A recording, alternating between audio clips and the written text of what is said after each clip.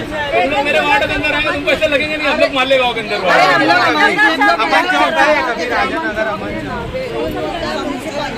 शकील भैया पहले आप इधर मत फैमिली भी आदमी है। हाँ चलो तुम देख लो,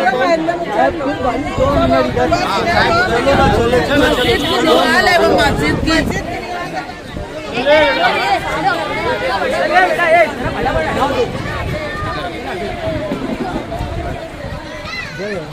जितना भी पैसे जो बनाए कोई नहीं डाले, लोग ही डाले। थोड़ा दूर से ले लो, न्यूज़ क्या अपनी न्यूज़ अपनी है।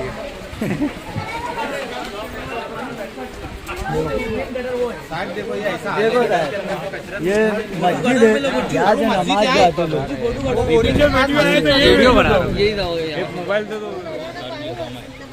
पूरा गाँव ना इस तरफ है। सर्वे नंबर 112 इधर भी आ जाओ। चालू है वो तो लाल दबन। हाँ ये भाई ले लो, ये भी ले लो। हमने भी कुछ महीनों कबल इस वार्ड का दौरा किया था। पीछे जो आपके बहुत बड़ा गड़ा है जहां पर पानी जमा हो जाता है, बारिश के दिनों में इस वार्ड की हालत तो बेइंतहा खराब है, लेकिन बगैर बरसात के दिनों में भी हमने देखा है कि यहाँ की गटरें ब्लॉक हो जाती है, पानी गटर का पानी सड़कों पर आ जाता है। तो बेइंतहा इस वार्ड में तकालीफ है, लेकिन जिन लोगों को इस वार्ड की आवाम ने भरोसे पर चुन कर दिया, जिन लोगों ने इस वार्ड के आवाम से वादे किए कि वो यहाँ पर तामीर और तरक्की के काम करेंगे, वो अपनी अपनी दुनिया में मस्त है।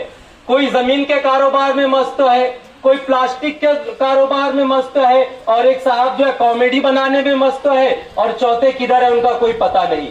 इस वार्ड के आवाम को छोड़ दिया गया, बेयार मददगार आप यहाँ पर जो है आपको छोड़ दिया गया, कोई आपका हाल चाल पूछने वाला नहीं। असल में क्या होता है कि हर मर्तबा इस शहर के कुछ लोग भोली भाली आवाम से, गरीबों के जज्बात से जो है खेलते हैं। इलेक्शन के वक्त मीठी मीठी बातें करके, इमोशनल ब्लैकमेल करके, कभी बिरादरी के नाम पर, कभी मजहबी जज्बात के नाम पर आपको जो है बड़े बड़े ख्वाब दिखाते हैं, और हमारे जैसे सीधे साधे लोग उन पर भरोसा करके जो उनको चुन कर दे देते हैं। लेकिन बदले में क्या मिलता है? हमें धोखा मिलता है।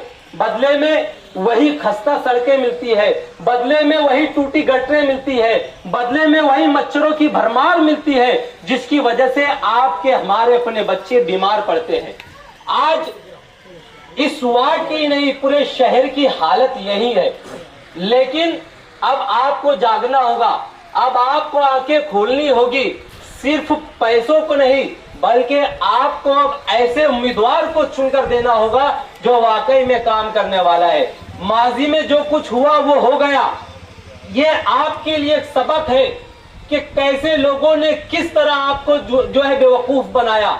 लेकिन एजाज बेग साहब की जो शख्सियत है ये आपके सामने है, इनका जो वार्ड है ये आपके सामने है। इन्होंने इलेक्शन के वक्त कभी अपने वार्ड में काम नहीं किया, बल्कि हमेशा जो है इलेक्शन से बहुत पहले कई साल कबल जो है काम किया, और हमेशा ये वार्ड में काम करते रहते हैं। लेकिन आज शहर में जो होता है या वार्ड में जो कुछ होता है, 5 साल तक कोई तवज्जो नहीं दी जाती, और जब इलेक्शन करीब आता है तो फिर लोगों से हमदर्दियां जताई जाती है, लीपा पोती के काम शुरू हो जाते हैं, गड्ढों को भरने के काम शुरू होते हैं। हालांकि ये काम बहुत खास तौर पर मैं यहाँ पर मेरी माँ बहनों को बता देना चाहता हूँ कि मैं 25 साल से अपने वार्ड में चुन के आता हूँ, और मेरा वार्ड राजा नगर, अमन चौक का एरिया, बजरंगबाड़ी, सलीम मुंशी नगर वगैरह है।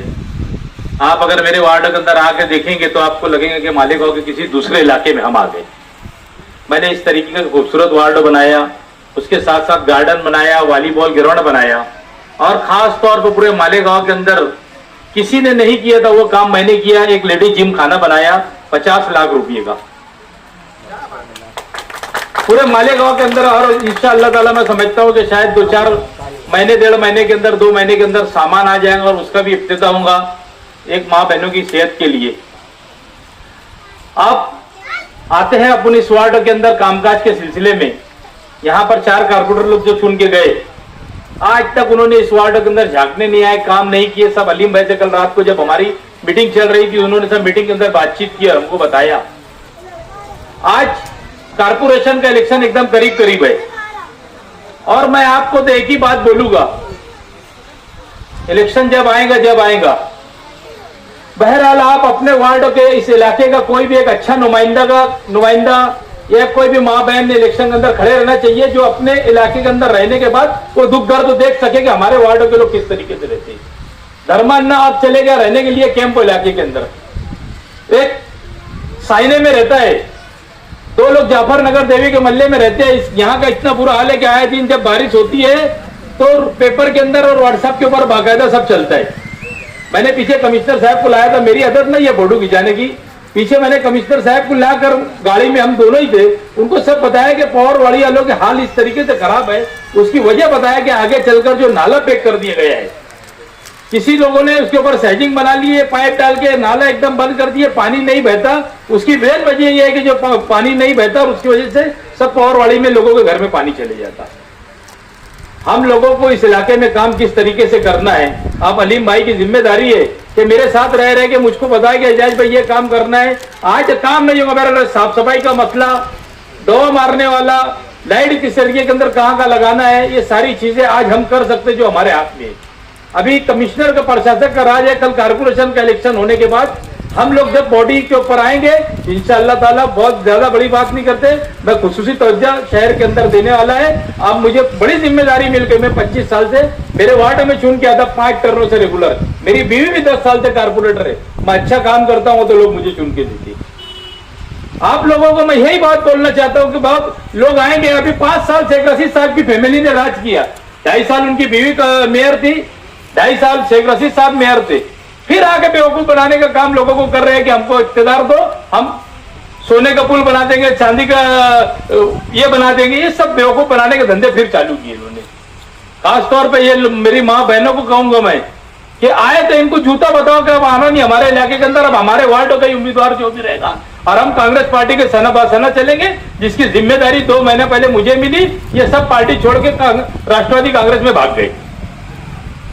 मैं जो भी कामकाज की जिम्मेदारी लेता हूं यहाँ पर आप लोगों से कि जब भी आप लोगों का कोई भी मामला रहे मुझे बुलाओ, जिस तरीके से आज ने मेरे आज इस्तेकबाल करने के लिए बुलाए, कल काम करने के लिए भी मुझे बुलाओ, मैं हर हाल में काम करूंगा